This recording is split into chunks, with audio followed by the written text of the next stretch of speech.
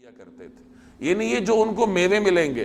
پرندوں کا گوشت ملے گا، حوریں ملیں گی، یہ تمام تر بدلہ انسان کے ان اعمال کا ہوگا، یا السابقون کے ان اعمال کا ہوگا جو وہ دنیا میں کرتے تھے۔ وہ دنیا میں نیکی کرنے میں سبقت کرتے تھے، ایک دوسرے سے آگے بڑھتے تھے، تو اس کے بدلے میں اللہ تبارک و تعالی جنت میں ان کے لیے ان نعمتوں کا انتظام فرمائیں گے۔ لا يسمعون فیہا لغوا ولا تأثیما، وہ اس جنت میں نہ کوئی بیہودہ بات سنیں گے، ولا تأثیما، اور نہ کوئی گناہ کی بات، الا قیلا سلاما سلاما، ہاں جو بات ہوگی سلامتی ہی سلامتی کی ہوگی۔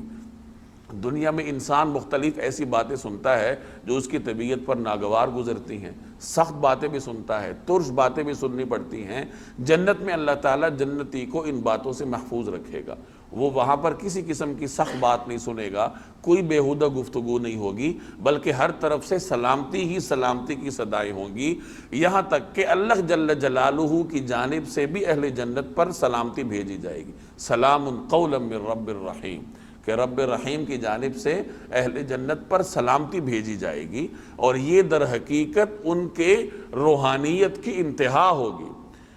یہ پھلوں کا ملنا، شراب کا ملنا، اونچی نشستوں کا ہونا، یہ تمام تر جسمانی نعمتیں ہیں، اور اللہ جل جلالہ کی جانب سے سلام کا بھیجا جانا یہ اہل جنت کے لیے روحانی نعمت ہے۔ اس سے بڑھ کر کوئی روحانی نعمت نہیں ہے جب جنتی کو اس بات کا احساس ہو کہ اللہ جل جلالہ کی جانب سے مجھے سلام بھیجا گیا۔ تو اس طریقے سے جب انسان دنیا میں اللہ جل جلالہ کی اطاعت والی زندگی گزارتا ہے تو اللہ تعالیٰ جنت میں اس کے لیے جسمانی لذتوں کا بھی انتظام فرمائیں گے اور اس کے روحانی اطمینان کا بھی بندوبست فرمائیں گے۔ الا قیلا سلاما سلاما، ہاں جو بات ہوگی سلامتی ہی سلامتی کی ہوگی۔